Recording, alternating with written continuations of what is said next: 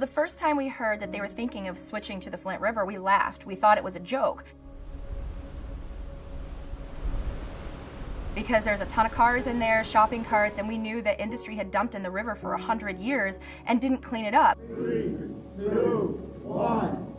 When they actually pushed the button, it was on TV, and we were shocked that we were actually going to be forced to drink from the Flint River. Here's the Flint. Here. About a month later, people were complaining about orange and brown water. You would watch the news and they would say, well, river water is a little bit harder to treat than lake water, and we've got it under control. It's just a bump in the road. When I really recognized that Flint has switched is one early morning that I heard on Channel 12 News that General Motors had begun to switch from the Flint River water back onto Detroit water because it was corroding their products. Flint City officials insist Flint River water is good enough to drink, but it's been causing problems with issues at General Motors. And I just knew, common sense told me that if it's messing up their automotive parts, it has to be a problem for consumption. So that's when I got up and got mobilized and got engaged to find out what was going on with this water. This church was where we spearheaded a group called the Coalition for Clean Water, bringing together other community groups that was out working to fight this water crisis. NRDC started to understand the magnitude of the crisis in Flint back in the summer of 2015. ACLU of Michigan started to suspect that there may be potential litigation related to the environmental issues, the safety of the drinking water. They reached out to NRDC because they knew that we have expertise and a deep knowledge of safe drinking water laws and how to bring these types of environmental citizen suits. Pediatricians know lead. We know what lead can do. Every agency tells us, from the CDC to the American Academy of Pediatrics, that there's no safe level of lead. When I heard of the possibility that there was lead in the water, it was a call to action. We decided to look at the lead levels just in our clinic. So the Hurley Children's Clinic sees the most Flint kids. And we compared lead levels before the water switch to lead levels after the water switch. And we did see this increase in the percentage of children with elevated lead levels. And we were absolutely heartbroken. We had to share this information as soon as possible. So we decided to hold a press conference. This research is concerning. These results are concerning. To alert our families to stop using this water, to use bottled water, to use filters, and hopefully to be able to get the water source changed back to Detroit. Right after we shared this information, my science was dismissed, the research was dismissed. The state came out publicly stating that I was wrong, that I was causing near hysteria. So I shouldn't have been surprised, because for 18 months, the heroic people of Flint had been dismissed. The moms, the activists, the pastors, the journalists, the scientists. After we realized that there was data that could confirm that there were widespread elevated lead levels in Flint, so a real serious concern about toxic lead in people's water, we knew that the ultimate fix for a lead problem is to get the lead pipes out of the ground. So that was the kind of the central and primary goal of the case. In our lawsuit, we brought claims against the city of Flint and state officials claiming that they violated the Safe Drinking Water Act in several ways. The first major violation was called a failure to optimize corrosion control treatment, which means that the city and state failed to treat the drinking water appropriately to make sure that they were minimizing the amount of lead that was leaching from the pipes into drinking water. And the second violation was that they failed to monitor tap water for lead appropriately because they failed to do the right kinds of testing. They failed to uncover a problem for months and months, which exacerbated the crisis. After we filed our lawsuit, we started hearing a lot of concerns from the community about people not being able to access basic bottled water and filters that the city and the state were providing. The state had set up some distribution points around the city, but it was very clear to us that that was inadequate. The state really expected individual residents of Flint to have to go out and find water day in and day out every day for months and months. And that was frustrating and appalling and shocking, really. Flint is a very poor city. 1 in 5 households doesn't have access to a vehicle, and requiring residents to go carry multiple cases of water home a day, it's just extremely burdensome on anyone, particularly if you have any sort of disability or if you don't have a car. The same was true for filters. every household in Flint was provided with a filter early on in the process, but they weren't taught how to install filters. They weren't taught how to maintain filters. What do you do when in a given moment people don't have access to safe water? How can we as attorneys, as advocates, try to help them? And so we started to think about how can we put in place kind of a temporary emergency solution, something that could ensure that people had ready access to safe drinking water day to day until these larger issues, until they could be addressed. The case that we were trying to make was about how the lack of water was affecting people's everyday lives. And so we had to talk to people and get to know them and develop relationships with them so that they would be willing to share their story in a federal court, which is a scary thing and not an easy thing to do. 10 or 12 of us would come out into Flint over the course of several weekends. We went out in teams of 2, literally walking down streets and knocking on doors and identifying those people who are most in need. It was those stories and those experiences that were ultimately persuasive to the court.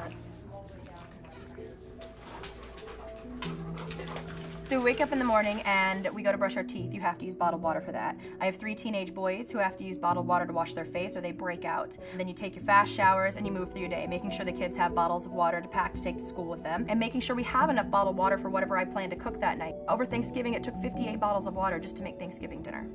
We give bottled water to the dogs, the cat, because otherwise we don't know what would happen. Then at the end of the day, you better make sure you've gotten to the point of distribution site if you're gonna run out of water.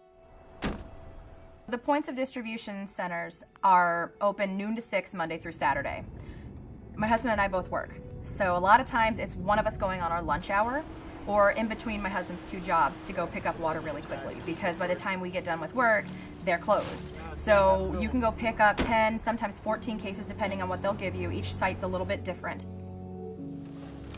Then you have to fill up the giant recycling bags and take them out, and you fill up a bag that holds 120 bottles awfully quickly in a family of 5. What I do is at night, I make sure that I refresh the bottles of water in the bathroom for the boys. The only thing we do in our home now is we flush our toilets and we shower. The churches have been a big part of this entire recovery process in this crisis. This community worked together to get the people the water, to get the people the filters, go into homes. I can't even count the number of homes that I went into to install filters. We were in crisis mode. It was a real tough time. You had people that had became very depressed because they felt they had failed their children. So you had parents who felt that they had neglected their children, no fault of their own, just a situation they had been placed into. And now we're trying to heal and recover. Trust is a big issue in this community. Most folks don't even say they're from Flint. They say they're from somewhere else because they don't want the stigmatism that their children have been poisoned. The first big moment in the case was when the judge denied the state and the city's motions to dismiss in the summer of 2016. The judge issued a ruling that was incredibly comprehensive and ruled for us on every single issue and said, no, there's enough here for this case to continue. This community has raised some really serious questions about the safety of their water that deserve to be heard. And I think that was that moment that we felt like, okay, we have something here. And that set the stage for us moving forward, seeking bottled water delivery and filter installation and maintenance. This big order came down requiring the city and state to make sure that people had safe water in the interim while the case was pending. The city and the state sought to overturn that order. By the end of December, it was clear that they were not going to be successful. Both our judge and the Sixth Circuit Court of Appeals had said, no, there's a real concern for public safety and public health, and there needs to be more done. At that point, the governor of Michigan requested that the parties be convened for a mediation, and the judge ordered that. And then we all sat down at a table to talk. Once we had a settlement that all the parties were agreed upon, we submitted it to the court for its consideration and approval. We went to the courthouse in Detroit. Our clients were there. Lots of members from the community were there. I stood up in front of the judge and said, here's what we've been working on. Here's what we're asking you to approve. And the judge, accepted the settlement and entered it. And it was an incredible moment. Today is a great win for the city of Flint and an unprecedented outcome in a case like this. Our clients were thrilled. They worked so hard for this result. They're such an inspiring community. We were just so happy and honored that we could help them with this. Flint proved that even while poisoned, even while worried about surviving, that we're not just victims, we are fighters. The settlement agreement means that there's an enforceable commitment on the part of the city and state to replace the lead and galvanized steel pipes in the city within 3 years, and that the state will commit up to $97 million to make that happen. In addition, the state is committing to make sure that every resident in Flint has a properly installed filter in the meantime, so that they'll have safe water to drink while all this pipe removal is happening. The settlement also provides that the city and state will conduct robust tap water monitoring to make sure that lead levels in the city continue to go down over time. Everybody should be walking out of here with a water testing kit. We're sitting in the courtroom and I'm sitting next to Pastor Overton and I was like, did we just win? He's like, I think so. And we just sat there, both of us just sat there like, is this real? Do we actually just get the state to agree to replace pipes? And then we just sat there in shock, and then the attorneys turned around and everybody started hugging each other, and it just was surreal that all this work, the year and a half we'd been working on this lawsuit, that it had come to a settlement that was actually helpful for Flint residents. And that was the number one thing that we went to do, was to get lead service lines removed, and we accomplished that. We're now working to get all the lead service lines removed from the city of Flint. There's still a lot to be done. We have this great agreement, but it has to be honored and enforced. And so, we're going to be watching every step of the way to make sure that the city and state comply with their obligations. And if they don't, we'll be back in court.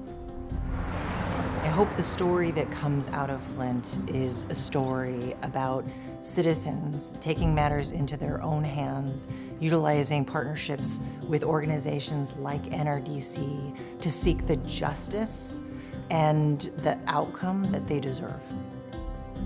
It was the activity of individual people, normal people, standing up and advocating for their rights, for their families, for their communities.